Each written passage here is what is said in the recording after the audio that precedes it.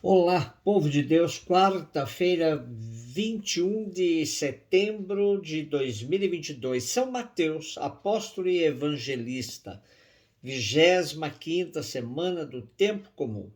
A nossa reflexão de hoje é a partir de Efésios 4, de 1 a 7, 11 e 13, e Mateus 9, de 9 a 13.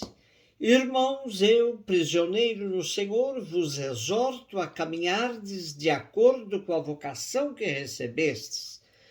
Com toda a humildade e mansidão, suportai-vos uns aos outros com paciência e no amor. Aplicai-vos a guardar a unidade do Espírito pelo vínculo da paz. Há um só corpo, um só Espírito, como também é uma só a esperança a qual fostes chamados. Há um só Senhor, uma só fé, um só batismo, um só Deus e Pai de todos, que reina sobre todos, age por meio de todos e permanece em todos. Cada um de nós recebeu a graça na medida em que Cristo lhe a deu. E foi ele quem instituiu alguns como apóstolos, outros como profetas, outros ainda como evangelistas, outros, enfim, como pastores e mestres. Assim, ele capacitou os santos para o ministério, para edificar o corpo de Cristo, até que cheguemos todos juntos à unidade da fé e do conhecimento do Filho de Deus, ao estado do homem perfeito e à estatura de Cristo em sua plenitude. Devido ao estágio avançado da organização da igreja que transparece na carta aos Efésios, muitos biblistas já chegaram a duvidar da sua autoria paulina. Porém, ultimamente tem-se preferido admitir que seja de Paulo, com retoques de discípulos muito próximos do apóstolo. Nosso texto de hoje atesta uma realidade bem concreta dos primórdios do cristianismo: a unidade na diversidade. Nascemos na variedade de carismas e ministérios, mas sempre em tensão à comunhão de todos. E para manter a unidade entre os primeiros, temos aqui a exortação para que suportem uns aos outros com paciência e amor. A unidade é garantida por Cristo, pelo Espírito e por Deus, que é Pai de todos. A diversidade está na maneira de colocar em prática o carisma que cada um recebeu.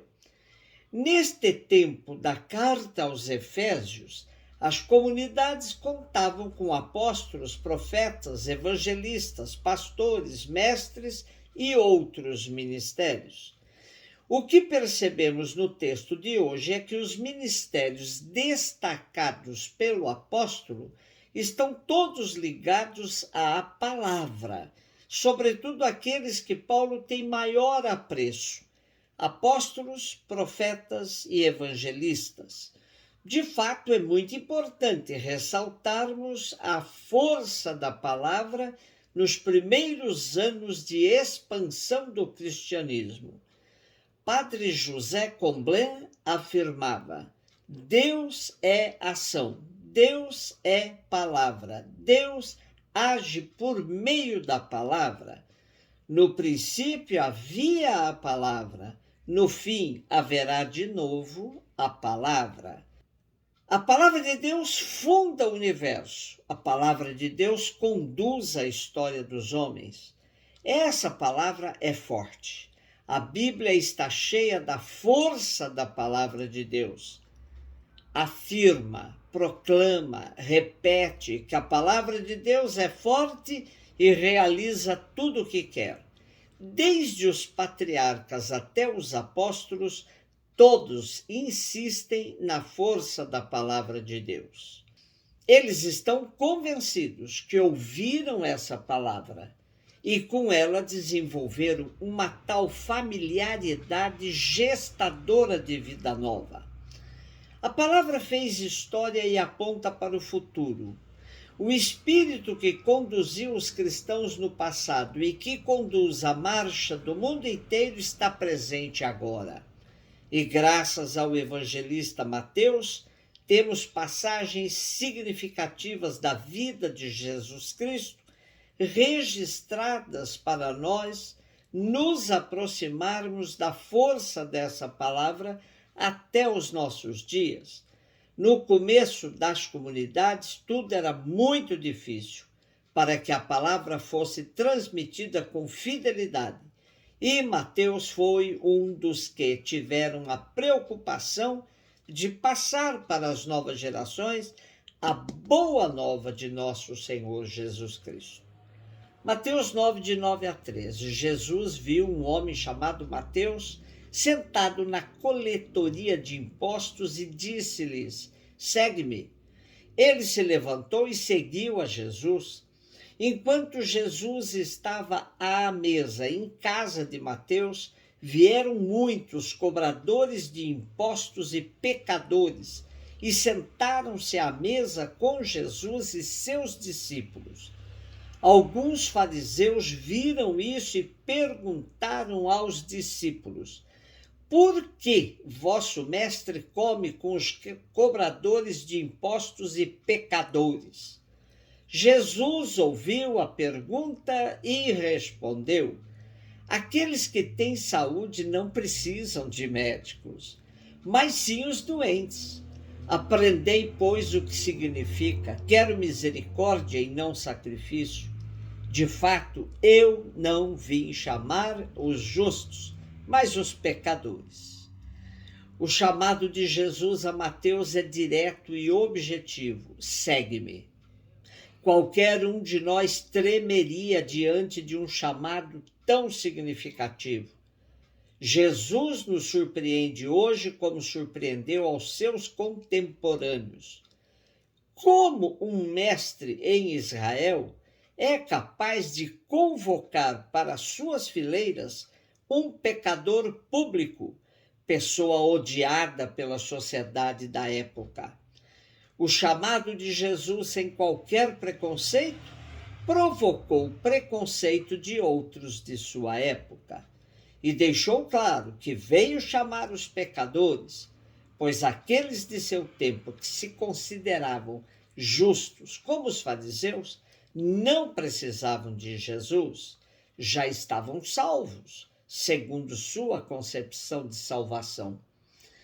Mateus era coletor de impostos de Cafarnaum e, como tal, ficava evidente que era um ladrão público, pois cobrava tributos para o Império Romano e, como todos os demais, embolsava alguns trocados também.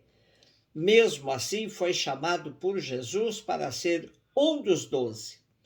É também identificado como o Levi, filho de Alfeu, coletor de impostos citado por Marcos e Lucas. A ocupação da Palestina pelos romanos teve início em 63 a.C., com a conquista de Pompeu, e Mateus mais tarde assumiu a profissão de coletor de impostos do povo hebreu para Herodes Antipas, o tetrarca da Galileia. Judeus que se enriqueciam como Mateus eram desprezados e considerados párias da sociedade.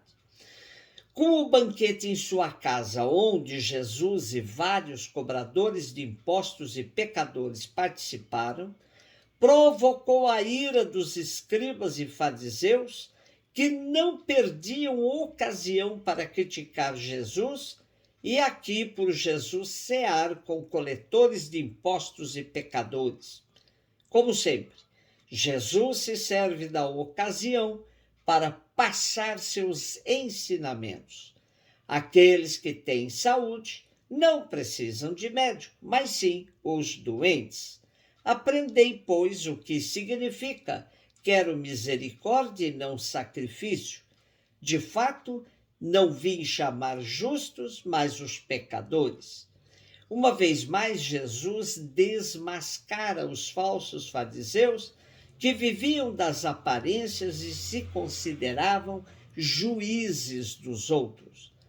Recorrendo ao profeta Oséias, Jesus faz referência a uma passagem magnífica do profeta que diz: eu quero amor e não sacrifícios, conhecimento de Deus e não holocaustos. Quando somos presunçosos e nos julgamos santos e justos acima dos outros, dificultamos a recepção do amor de Deus em nossa vida. Quando reconhecemos que somos pecadores, abrimos as portas para a misericórdia de Deus entrar. São Mateus, rogai por nós. Um beijo no seu coração.